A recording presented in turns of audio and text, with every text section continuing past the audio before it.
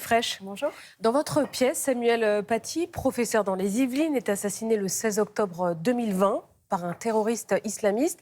Assassiné après avoir montré lors d'un cours sur la liberté d'expression des caricatures de Mahomet à ses élèves. Pourquoi est-ce que vous avez eu envie de revenir sur ce drame qui a tant marqué les esprits? Est-ce que c'était quoi, un besoin de continuer à mettre des mots sur l'horreur?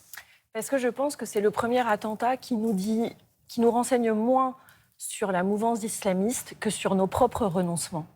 Et c'est vrai que ce qui est arrivé à Samuel Paty, c'est un voyage en absurdie pendant 10 jours où il était coupable de rien et il devait quand même s'excuser de quelque chose qu'il n'avait pas fait. Et personne à aucun moment n'a dit à cet homme qui était menacé par un fichier S, avec des menaces de mort sur les réseaux sociaux qui n'arrêtaient pas d'amplifier. Il n'y a pas eu de protection policière, il n'y a pas eu de bon sens, en fait, juste de rester chez vous. Il a été très seul.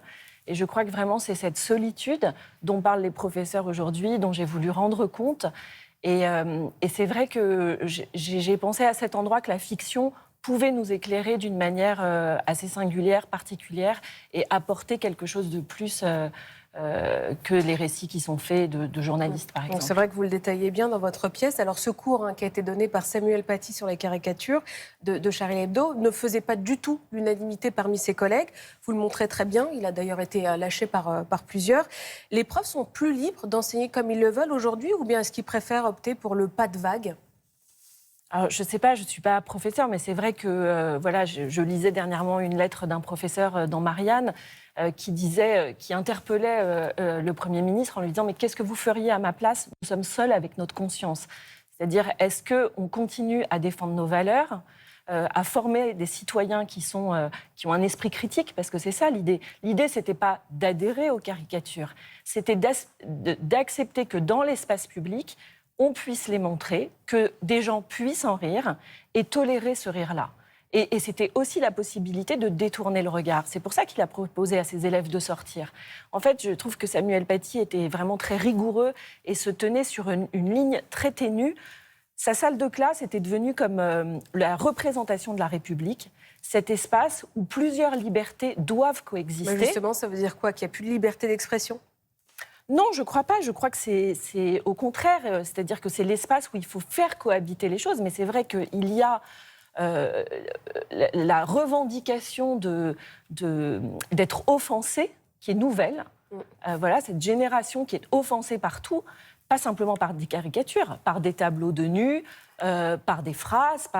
Et c'est ça qui devient le baromètre. Et dans l'histoire de Samuel Paty, en fait, c'est des élèves qui ont mal pris le fait, oui. C'est même pas le fait d'avoir montré des caricatures, c'est le fait d'avoir proposé de sortir. Et donc, c'est ça qu'on prend en compte. Et c'est ce monde qui marche à l'envers, en réalité. Alors justement, il y a eu plusieurs affaires dans l'actualité ces derniers temps. Il y a quelques jours, le chef d'établissement du lycée parisien Maurice Ravel a démissionné parce qu'il a fait l'objet de menaces de mort en ligne, après avoir demandé à une lycéenne de retirer son voile. Est-ce que vous voyez dans cette affaire les mêmes ressorts que ceux qu'on a connus lors de l'affaire Samuel Paty? Oui, bien sûr, c'est les ressorts, c'est les émotions sur lesquelles j'ai tenté de travailler. La peur essentiellement. La peur, l'exclusion, la solitude, le fait que, enfin, je veux dire, c'est complètement révoltant que ce soit ce directeur qui soit obligé de partir et que ce ne soit pas cet élève qui soit mise dehors. Parce qu'en plus, il y a la même chose que dans Samuel Paty. Toute cette histoire commence avec un mensonge. Il y a plus grave encore, le 13 octobre 2023, c'est le professeur Dominique Bernard qui est assassiné par un terroriste islamiste à Arras, dans le Pas-de-Calais. Alors c'est vrai qu'après Samuel Paty, on pensait que le choc avait été si important qu'on ne verrait plus jamais ça. Comment est-ce que vous expliquez que ce drame a pu se répéter? Est-ce que 3 ans après, on peut dire que la situation s'est aggravée? Ah oui, je crois que Samuel Paty, c'est la chronique d'une mort annoncée. Vous savez, il y a 20 ans, Max Milo éditait le rapport Aubin et quelques auteurs devaient le commenter. Et il m'avait demandé de le commenter et mon texte s'appelait « Les compromis suicidaires ». Et je crois que c'est la somme de ces compromis que nous n'avons pas cessé de faire, à tous, bien sûr, à tous les niveaux, qui ont conduit à la mort de Samuel Paty. Et je pense qu'on n'en a pas pris la mesure. Et quand j'entends la ministre de l'Éducation qui pense que l'État n'a pas sa part de responsabilité dans cette affaire, Je pense que c'est une erreur parce que justement prendre conscience, prendre sa part de responsabilité à cela, c'est aussi la possibilité de changer, d'aller de l'avant et de mettre en place des mesures. Il y a 38 recommandations qui ont été faites par le Sénat, des mesures qui vont permettre aux professeurs de travailler dans des conditions sereines. Parce que l'école... Donc, une par exemple, pour finir. Alors, je ne suis pas une femme politique, donc c'est difficile pour moi. Vraiment, je me suis concentrée sur essayer de rendre compte de l'absurdité de la situation. Voilà. Après, je laisserai aux politiques le soin de proposer des mesures. Voilà. En tout cas, merci beaucoup, Émilie Frege, d'avoir été avec nous. On vous a entendu ce matin.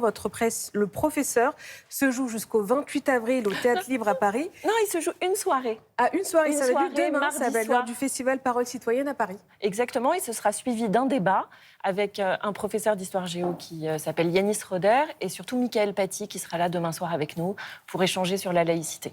Merci beaucoup. Merci. Voilà, c'est donc demain soir au Théâtre Libre. Yanis Roder qui est formidable aussi. Exactement. Et on sera nombreux à y aller. Festival Parole citoyenne par ailleurs qui se tient jusqu'au 16 avril, lui, au Théâtre Libre, au Théâtre Antoine, encore à Bobino. Toute petite pubounette et on se retrouve en direct. À tout de suite.